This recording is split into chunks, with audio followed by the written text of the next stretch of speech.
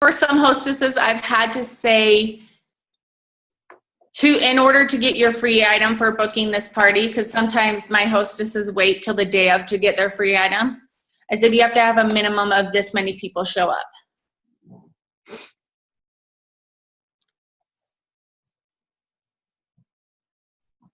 So it's on my personal page right now. I'm not my personal, my group page.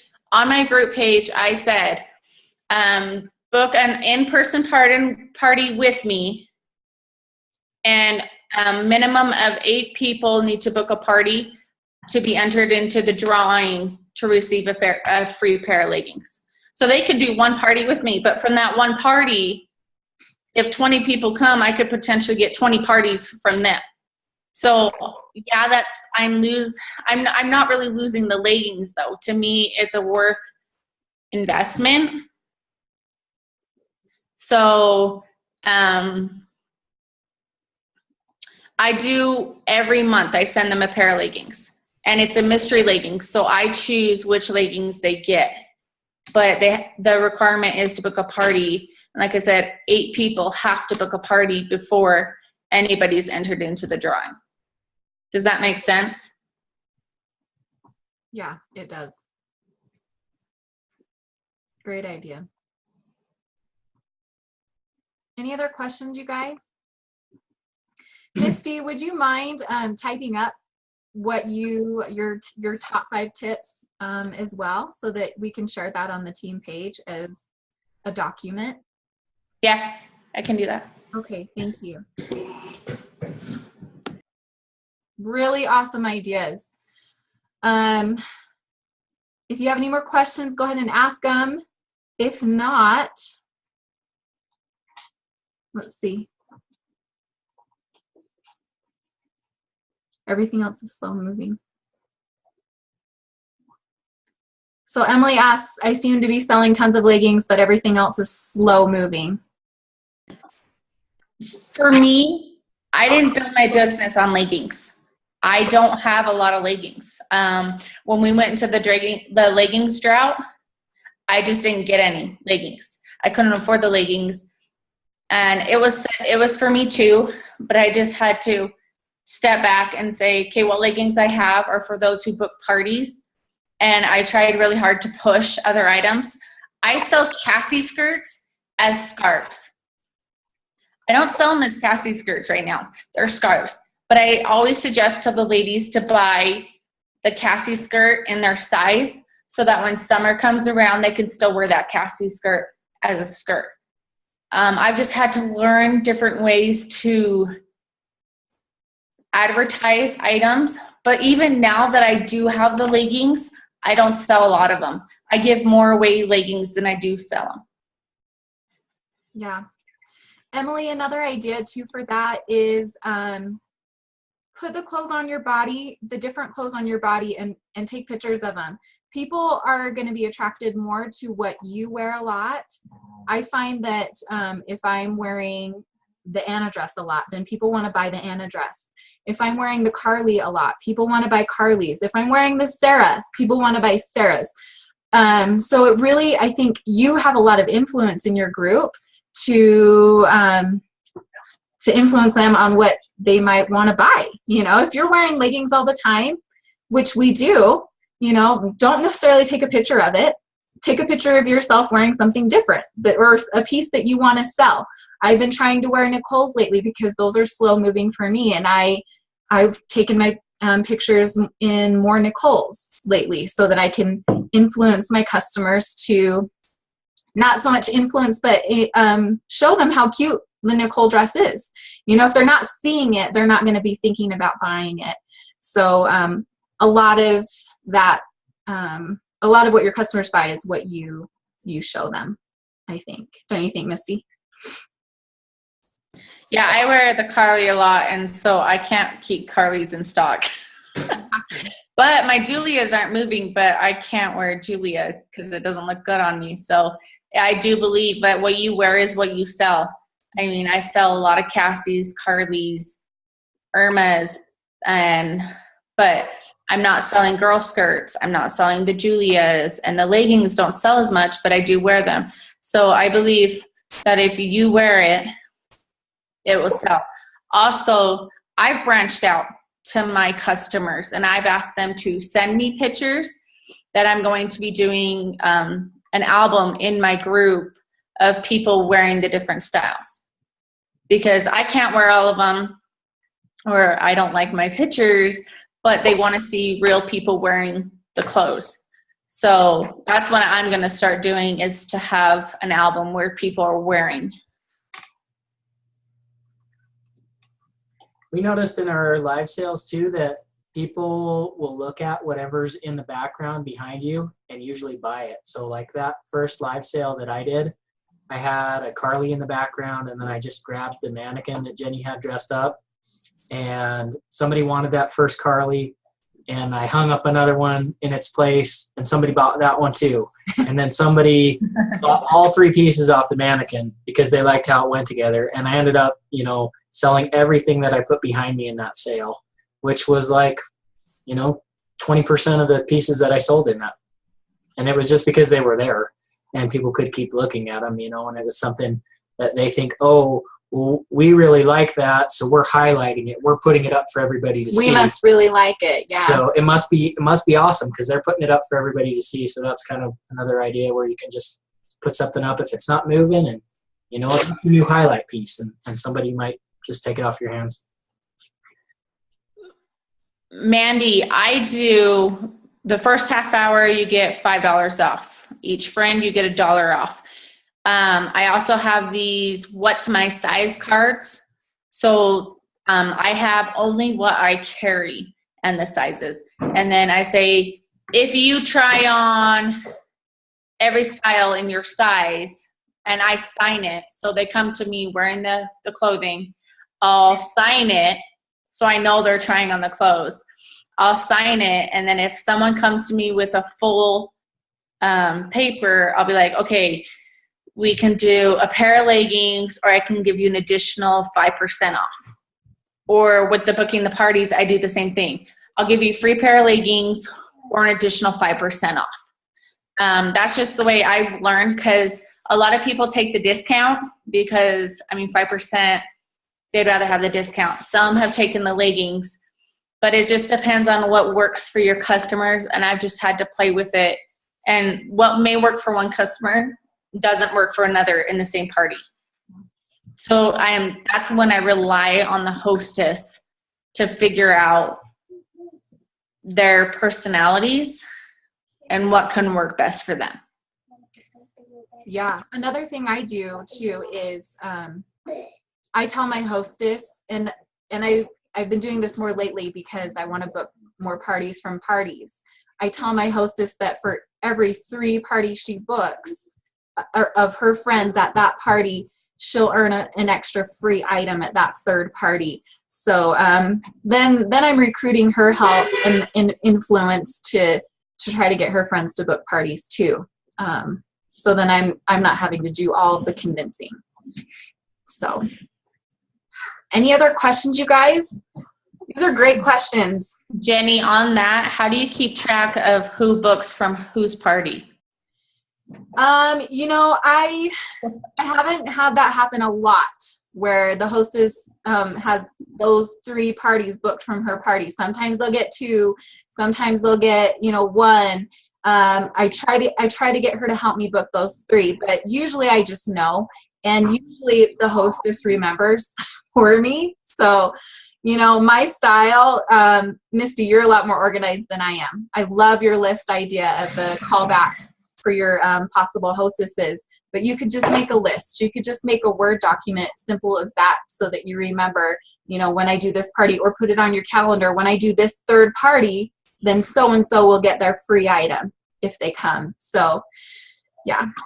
So I have to show you. Okay. So this is what my hostesses see when I do parties. So for instance, this is January. It's all nice and clean.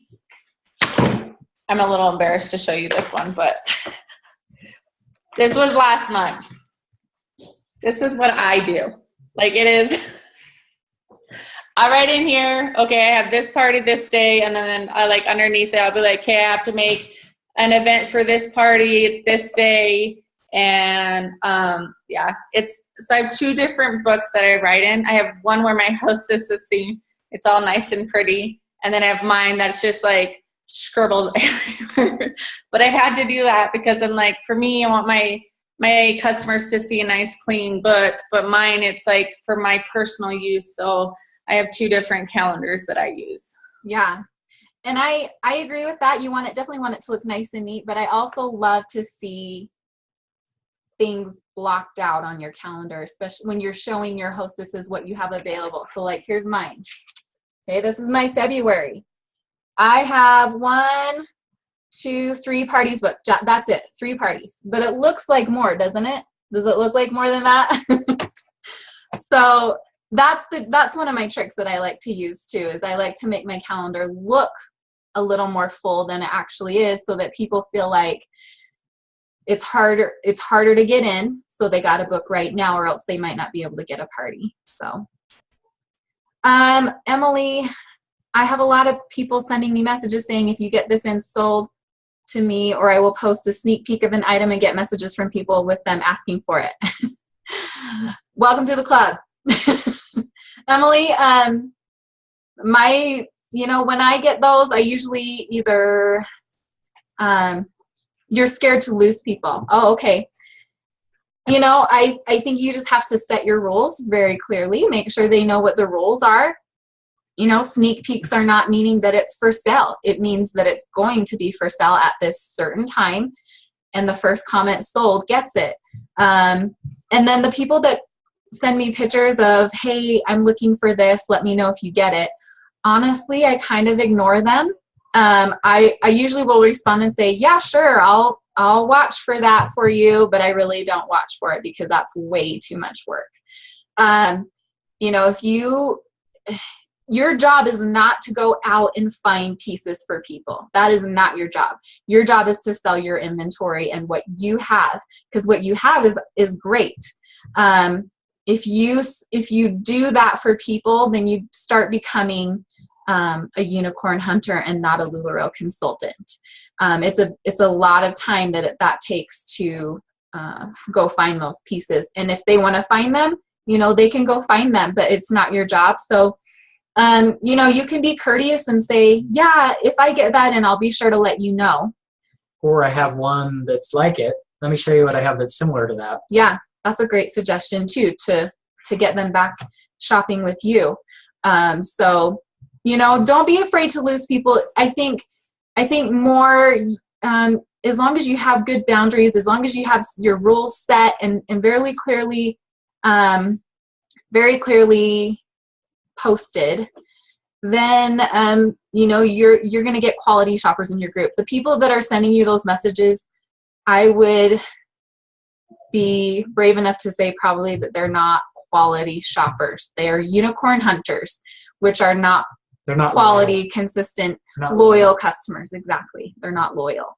And you got to think about both sides of that too. You think, maybe you'll lose that person, the unicorn hunter, whatever. But what about all the rest of the people in your group that you're being loyal to by preserving that opportunity for them to shop for those sneak peek items? And they're going to appreciate that. Hey, Emily saved these pieces for all of us to shop for, so it was fair to all of us. True. And think of all the time that you're wasting maybe looking for that unicorn piece, where you could be spending the time with your loyal customers, taking care of them, going above and beyond, just like Misty was saying. You have a lady at work that every day asks you for something.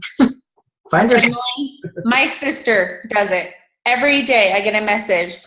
What giveaway are you doing today? What giveaway are you doing today? And I just said, you know what, Britta? That's my sister's name, Britta. I'm like, you know what? If you're going to buy something, then buy it. If you do the giveaways, I'm really bad, but I don't choose her. She may enter into the giveaway, but I try to choose some other customers to give everybody a chance to get a free item. But I've had to just be straight with her, I can't afford to always give you a free item, but you're more than welcome to come buy something from my page, from my inventory. Yeah, that's great. Okay. Any other questions, you guys? You bet, Emily. We have screaming children upstairs. So That's as why you I'm can making all these see, funny faces. I have a helper with me today. And I just wanted to, we don't need to go through all the excuses that hostesses give us. Do you want to go check on him? We came up with a list of excuses that hostesses give us when we are trying to book a party with them. And I would love to hear some of your, excuses that people have given you. But I wanted to give you some of the strategies that I use to kind of get around that and still book a party. I feel like I've experienced a lot of excuses in my time doing LuLaRoe. So anyway, if you have any excuses that you want me to help you come up with a solution to book a party around, let me know, okay? But here are some of the excuses that I came across. I don't have any friends. I'm not from around here. I didn't grow up here. Okay. Okay. So with that excuse, how many of you have had that excuse? If you're on video, raise your hand. Okay. I'm sure some of you have. The solution that I have for this is I usually say, you know what? That's totally okay. But I saw that you came with a friend, and I'll bet your friend has some friends too, and I'll bet you probably really do have a few friends that would want to come, and maybe a few family members. So what I would suggest to them is I would say, why don't we book a party together for the two of you at the same time? That way you can combine your friends and you can do a combined party. That's usually one of the things that I'll try to use and see if her friend is willing, and then it's almost like a dual party. Usually they end up having more friends than they say they have. And then the other thing that I suggest as well is we can do both. Like Misty said, we do an online for those that live out of town, and then we do an in-person for your friends that live in town. That way you're getting both, incentives from both.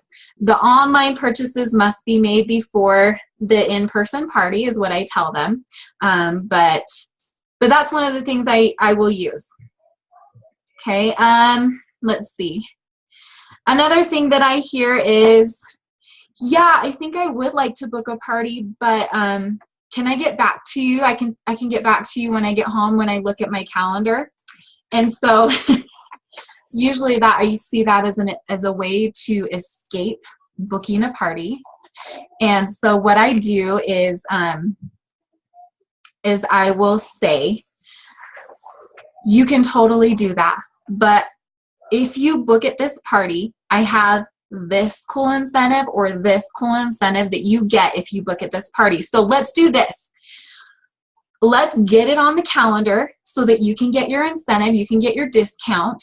And then if you go home and that ends up not working out, that date doesn't work, then we can totally change it. It's not set in stone at all.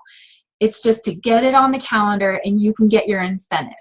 That works 9 times out of 10. If they really kind of want to book a party and then they give me that excuse so that it kind of just they want to procrastinate booking it, then I'll throw that out. I'll say, let's just get it on the calendar, then you can get your incentive, you can get your discount. 9 times out of 10, they will book the party so that they can get their incentive at the party. So make sure that's one good reason to have incentives at your party, is so that these are incentives that I only give at my party. If you book it outside of the party, that's totally okay, but you just won't get the incentive. So that's one thing that I like to use.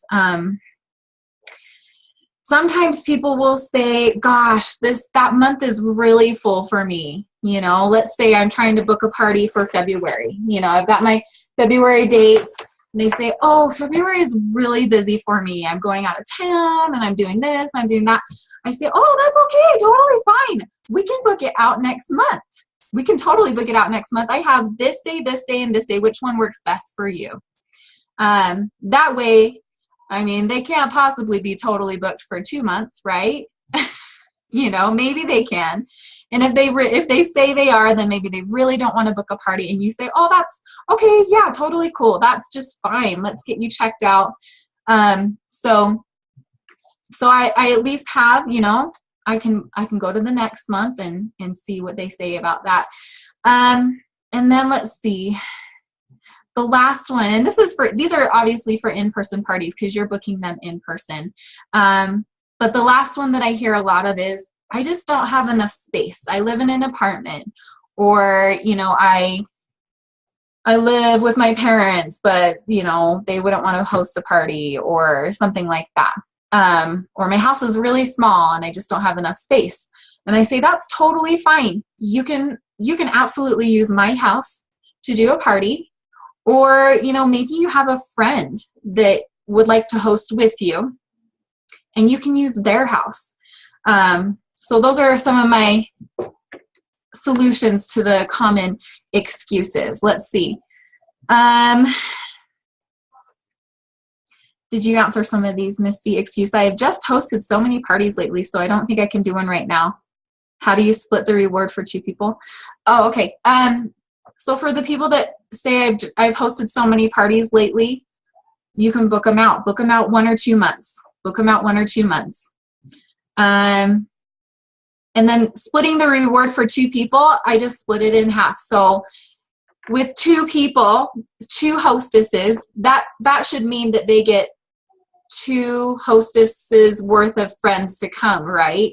So that means there should be more people than a 1 hostess party would bring, technically. So what I do is, just depending on how many pieces sold, if there was, say, 40 pieces sold, then they each would get 2 pieces. And you can explain that right up front just so they know. The more work that they do, if there's 2 hostesses, they should have a good amount of people. So I just split it.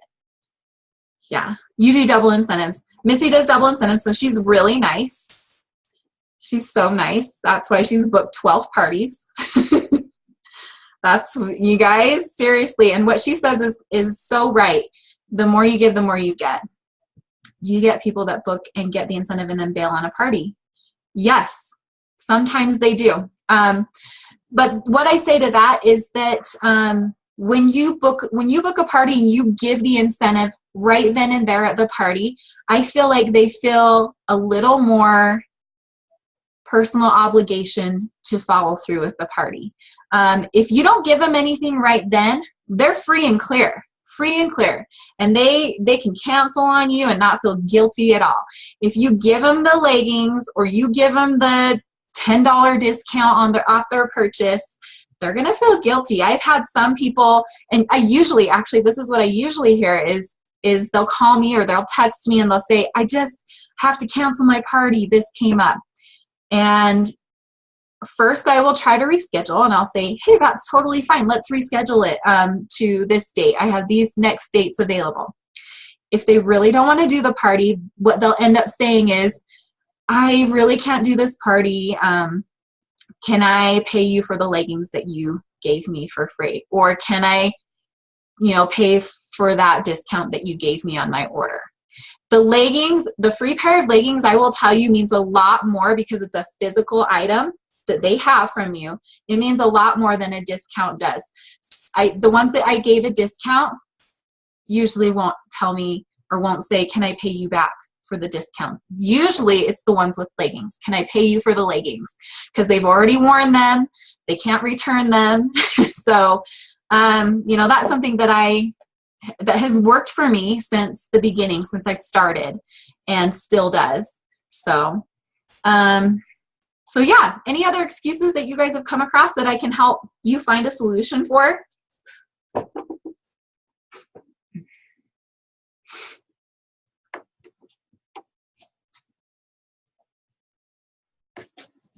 think I covered most of them that I usually hear. Here's this. Thanks for your help, honey. Sure. That's so awesome. We were going to actually role play. That would have been really fun. Did I do a good job? Okay. All right. So if there's no more excuse. I've gotten, I don't have the money for a party. I don't have the money to do a party.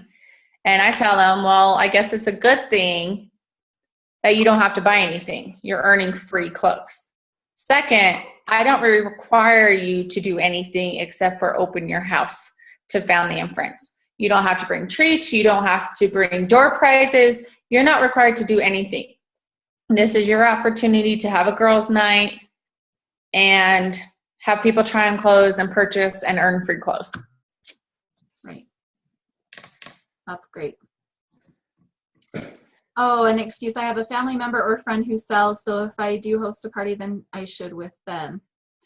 You know, I don't know what you say to that. You know, you can explain what LuLaRoe is and let them know that we all have different inventories and that it's less competitive. You know, you can explain that to them and see how they feel about it. Because I've had people that say, you know, oh, I have a family member, but they live further away, you know, so it's harder to host with them. You know, if they live right here and, you know, then that's an understandable excuse. So that's kind of a hard one to refute. You can just explain what LuLaRoe is all about, and then they can decide for themselves. If they really like you, then they probably will host with you. Do any of you cancel a party with hostesses that only have 1 to 2 confirmed? So that's a good question. There have been times where I have canceled a party or have rescheduled a party. Usually what I try to do is I actually will try to reschedule. And you know, I will keep talking back and forth with the hostess. The ones that I get most concerned about are the ones that aren't doing anything, aren't posting anything, aren't responding to my messages. Those people I worry about the most. And those are usually the people where I will talk, you know, kind of seriously talk to them and say, hey, you know, I only see 1 to 2 confirmed. You know, how's it looking on your end? Have you done this? Have you done that? You know, so I usually try to feel it out. But for the most part, I think it's really important to hold those parties. You never know how they're going to turn out. There have been parties where it looked like I wasn't going to have anyone turn out, and there was a good amount of people turn out. And then I sold, you know, 20, 30 pieces, you know, there are parties that have surprised me. So, you know, I really try hard to never cancel a party and never let the hostess cancel as well. I always try to hold on to those parties. So, Misty? I've had a few hostesses cancel the parties and we've rescheduled them, but I've gone to parties where I've had 20 people confirm they were coming and nobody showed up. But sitting there for that hour and a half and talking to the hostess, I usually always get a second party from them because, you know, I'm there, I'm taking the time, I'm talking to them, I'm explaining more about the clothes, giving them a better understanding of the clothes because sometimes a lot of my people I've never heard of LuLaRoe before. So when I do the second party, I get a huge turnout, because I've taken that time to explain to the hostess about LuLaRoe so they can now turn around and talk to family and friends about LuLaRoe. Because most of it was, I don't know really what it's about, it's just clothes. Yeah. And so to be able to explain better, and that's what I've tried to do at the beginning with my hostesses, is my first question is, have you heard of LuLaRoe?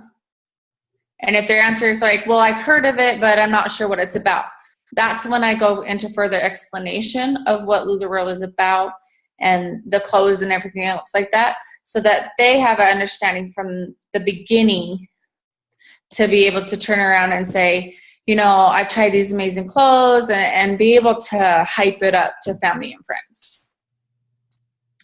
Totally. Anyone put those big unicorn pieces in an outfit to be sold? Yes. I actually did that with the Halloween leggings, but how I did it was I made it so that the first opportunity to purchase them would be in an outfit. So that's a great question. So what I did was I found, and Mandy actually helped me with this, we found a top or a cardigan that matched the leggings, and we lay the leggings over the top and we'd have our outfit. So then when we did our live sell, and this is a live sell, it works best in a live sell this way, is we would hold up the outfit and we would say, okay, we have this beautiful outfit, these amazing Halloween leggings. And if you want this outfit, this is the number. Okay, so the person that buys the outfit gets the first chance at those unicorn leggings. I'm not requiring anyone to buy the whole outfit, but I am giving someone first chance at the whole outfit if they really, really want those unicorn leggings. And then if nobody wanted it, or if it was quiet for a minute, or I didn't see any comments pop up, then I would say, and so then if you want the leggings by themselves, then I would pull out a number. And sometimes even in the time that I walked my outfit back, hung it back up, and then brought just the leggings over and showed a number for just the leggings, sometimes people would comment on that outfit and buy it because they were afraid that someone else was going to snag those unicorn leggings. So that's something that I have done to make it so that they don't have to buy an outfit, but it's like a benefit to them if they do, because they get those unicorn leggings. So that's something that I've done.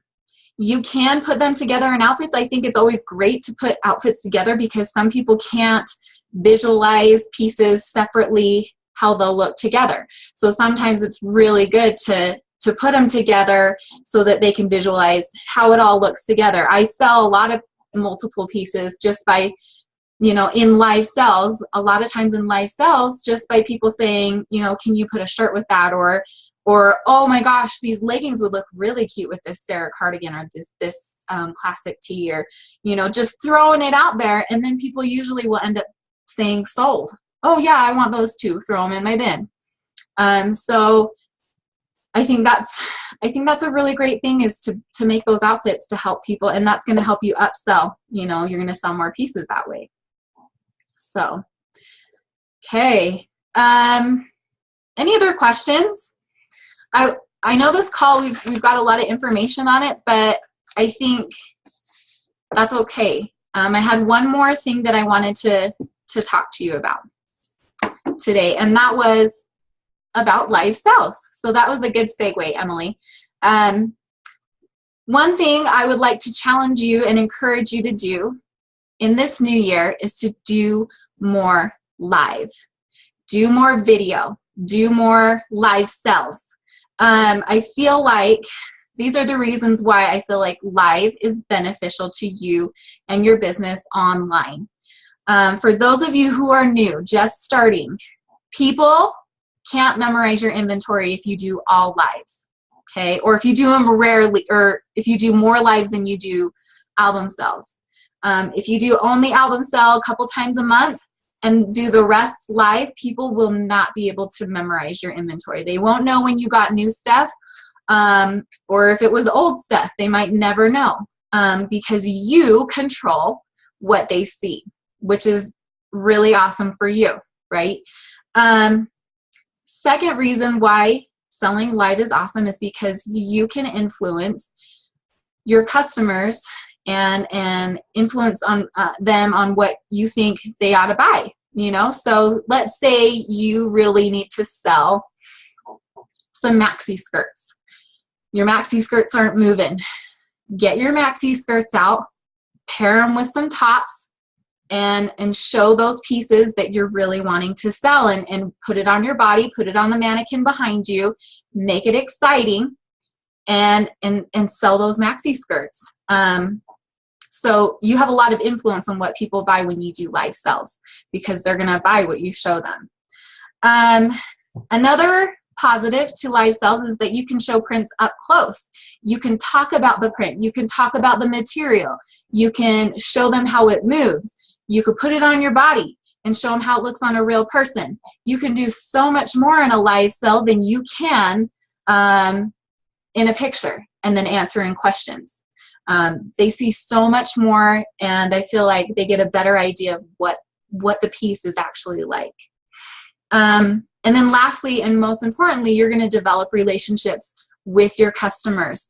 Your customers feel like they know you through the live video. They feel like they get to know who you are. They feel like they can, they're like literally it's like watching a reality TV show. And you know how we watch reality TV shows and we feel like we know the Kardashians. We know, what we know, whatever live TV show, we know them. We saw them do that funny thing or get caught off guard, or that we know how they like to talk and what they say. So I think it's really important in building a relationship with your online customers to do these live videos, because they're going to get to know you. Even though you don't see them, you can be as excited as you want to be. You can be so enthusiastic, and you talk to them like your best friends, and they will feel like they have developed a relationship with you. So those are some reasons why I feel like doing more live sales is going to help grow your business online. And it may also help grow your business locally, because people might see you more and feel like they get to know you, and then maybe want to book a local party. So Misty asks, how many styles do you do in a live sale? Yeah, your husband is awesome at live sales. Yes. He is. He's good. What is the best way to advertise? Okay, let's do Misty's question first. So Misty, that's a really good question. I would say it can get overwhelming. I don't think you can do your whole inventory. So I would either do all new pieces. If you get new boxes, do all your new pieces in your boxes. That even can get a little overwhelming sometimes if you have a lot. But keep it small. If you have new boxes, you can do those. But I would say maybe 3 pieces is a good amount to show. Oftentimes, though, I will do kind of personal shopping. So I'll show a couple styles that I want to show, either leggings or Sarah's, and I'm still building my live sales. You guys have probably seen the ones that I've done. I haven't done every single style. So I'm still working on how do I, work through my inventory. But, sometimes I'll start out with 2 or 3 styles that I want to show. And I'll say, I got new styles in these, but then I'll bring out all the rest of them. And then I say, okay, what else do you guys want to see tonight? And they'll say, I want to see medium perfect tees. Okay, let me go grab them. Okay, oh, here's this one. This is the one that I have. And oh, it would look really cute with the leggings you just claimed. And, and then you kind of go from there and you interact back and forth. That's where people kind of get to interact and develop a relationship with you, and you help them put together outfits, or it's you personal shop for them, but it's all from your home. So you're not doing the same stuff that you would as at an in-person where you're hauling your inventory. So it's kind of a nice balance between the in-person and the online. Let's see, what's the best way to advertise? I post something in the morning and then again an hour before to get more people watching. Okay, so that's a really good question. So one thing that I actually learned was that you can have someone that or let's say Mike was helping me during my live sell.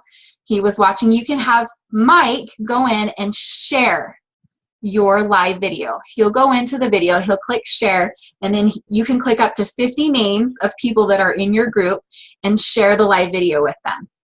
Okay, and then you just keep going back in and sharing with all those people. You can click up to 50 names. So that, depending on how many people you have in your group, that might take a while, but at least, you can click a bunch more names and get people to actually see your live video. Sometimes people just don't see it. It's not like Periscope where you get a little whistle notification and it's like, oh, you have a Periscope starting. It's just like, it's the same as another Facebook notification. So people might not respond very quickly to it if they're not on Facebook a lot. So that's one thing that I found out. So that's a great idea. But I think you really have to hype it up. You got to post those sneak peeks of what you're going to be selling, and then post those reminders as well. And a lot of times I will do some kind of incentive for my live sell. If comment below if you're gonna be shopping the live sell, and one of you will win $10 off your order, something like that. So then people will comment below. They'll make an effort to get in there and see what's for sale. I think that helps a lot, you know, so different incentives I like to use to kind of entice people to come.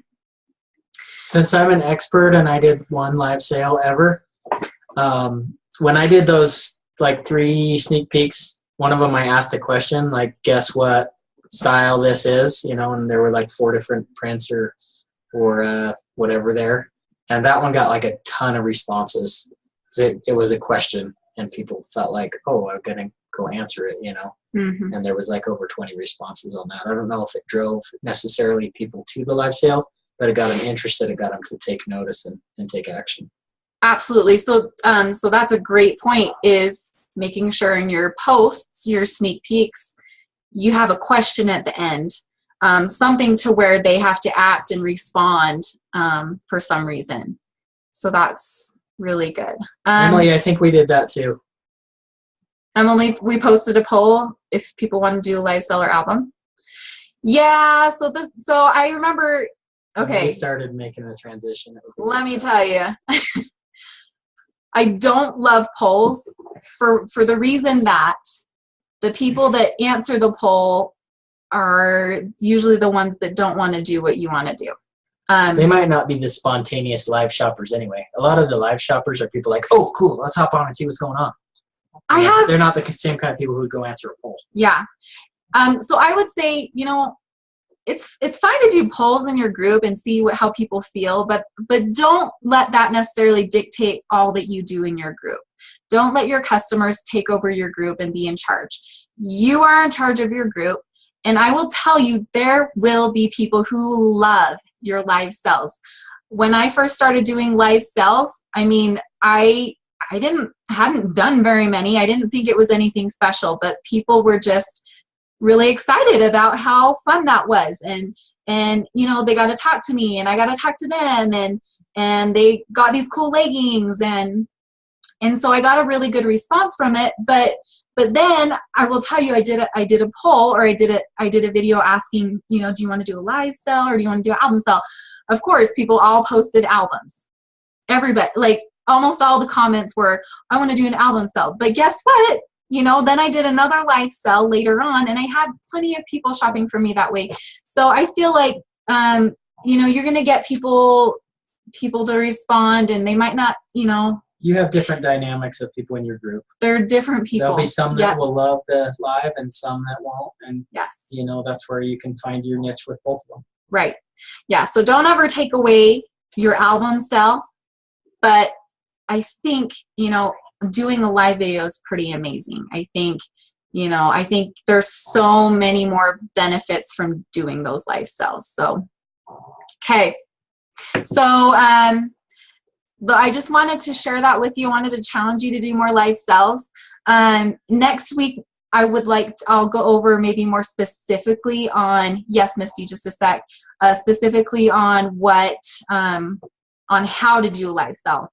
I'll kind of give you some ideas on what I do, what incentives I use, so that you guys can get ideas for that. But your group isn't huge. One live sell and one album sell each week is overkill. Yes. Well, the thing is, if you're doing an album sell every week, you know, and Leslie, your inventory is growing. You know, it's a little different for, like, if say you were brand new and you only had your 300 pieces to start out and you were selling those same pieces every week, where you maybe have grown your inventory and you have new pieces coming in every week. It's a little different for you. So I do I do an album sell every weekend, and then I also add in some live sales. So no, for you, Leslie, I wouldn't say that's too much. For those that are starting out, that maybe have inventories where you're not able to purchase a ton of pieces every week to sell in your online group, then I would say the live sell is a better way to go than the album sell, and still do an album sell, but less often, right? Okay. Misty, take it away. Well, I was going to say, like, the album sell, I was totally there. I had 300 items, same thing every week. Nothing was selling, but I was posting every week. And I noticed a difference because nobody was buying. It was the same old stuff. I ended up having to swap with other consultants to get new inventory because I just couldn't afford to buy more. I don't suggest swapping with other consultants. It was way too overwhelming. But now that I'm trying to do, I do a live video every week. Either it's a live sale or it's personal shopping. And I've noticed that's helped immensely. I have 6 customers who come back every week. And it's hilarious because they trash on my husband all the time because they're like, oh, Richard, put an outfit together for me. Or I love how he talks about the clothes and he's so in tune with this. And there are some really good friends that, make fun of him, don't talk to your wife like that, don't give her lip, because we argue on the video. We try not to, but every once in a while it's like, no, that doesn't go, or do this way. But that's us. And for them to see us working together has helped our group grow and our sales to grow. I never would have thought I would have been able to do this, because there have been several times that I've wanted to walk away because it just was not working. My business wasn't growing. I wasn't selling anything.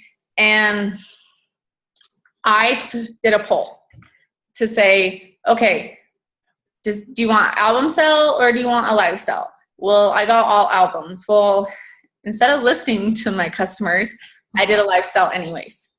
Because I was like, I need to give this a chance. I mean, it was totally awkward because I feel like stupid because I'm talking to myself for the first time. But it got such a huge response that, I keep going back. And I agree with Jenny. Live sales have changed the way I do business now because they can't memorize my inventory. I'm still getting new items in, but they don't know what was what. I've even done it where I do what Kim does, and I throw a bunch of old items in with my new items, and I'll do out of the box sale. And that's helped move the older items that I have too. So it's just, like Jenny says, it's your group. You run your group. Yeah, I've asked my customers, but it's honestly what you do. I mean, I have a really dear friend of mine who's helped progress my business in a lot of ways. I've kind of referred her as my hostess full time for every 10 items that we get sold, because she'll every week she adds a bunch of people, and then her friends add a bunch of people. I've tried to give her free items, but she doesn't want them. So I'm still working on her with that. But because I have my friend also helping me and my husband helping to bring more people into the group to progress the business and stuff like that, I feel recruiting friends and family to help progress your business also. Yeah. That's great. Thanks, Misty. Lots of good stuff there. Okay. Any other questions, or does anybody else want to share anything? Can I ask a quick question about what time is best for live sales? If you want to do a live, what time of the day is better to catch more people? The time of day that works best for you. Okay. Yeah, I mean, there are probably times that are better, and I would say probably that time is like nighttime. People are sitting in bed After the kids would go to bed. After the kids go to bed, they're sitting in bed, and you're going through your Facebook, and I think you catch a lot of people that way. Misty says the same thing. So I have done them later at night. One of my friends that I watch a lot live that I try to learn from, Amy, she does a lot late into the night, and she has people shop with her. But that she has trained her group to know that she sells late at night. She goes all the way until midnight, in California time. And there are people on the East Coast that are staying up all hours of the night shopping with her because she's consistent. She practically does a sale every night, and they know they can count on her. They know they can count on her. But she does them during the day. And so I think as long as you're communicating with your group and they know when you're going to do it, then they'll be able to, they'll do their best to be on, and if you have something to entice them to come, then they will want to be on.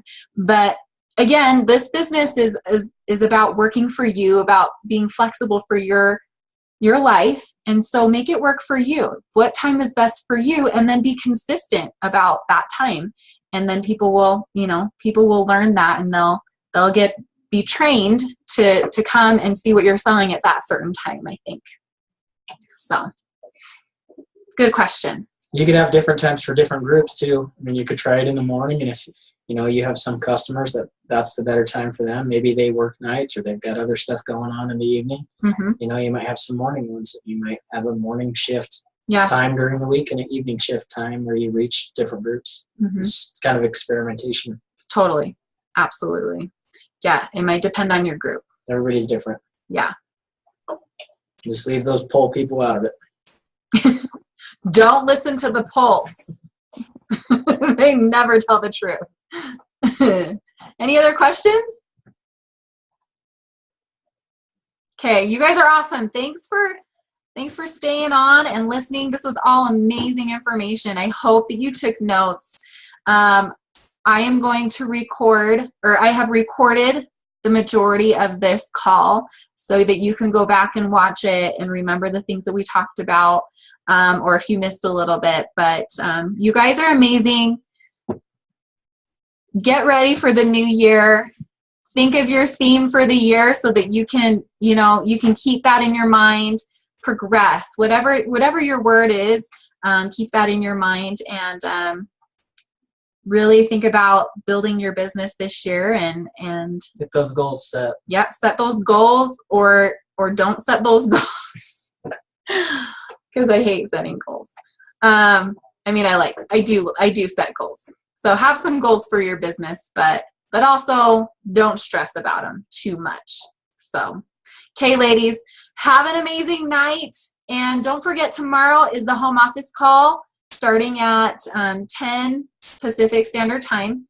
And then there's also a training call at 1 Pacific Standard Time that you don't want to miss. You guys definitely want to be on those calls. There's so much good information shared.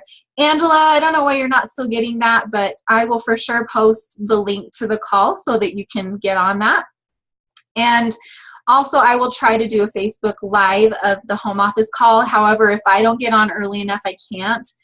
So do your best to get on early. I would say 15 minutes early is probably where you need to get on if you can to be on the home office call directly. Hey, you guys, have a great night, and we will plan to talk again next Monday. Have a great week. No, Bye. Happy New Year. Happy New Year.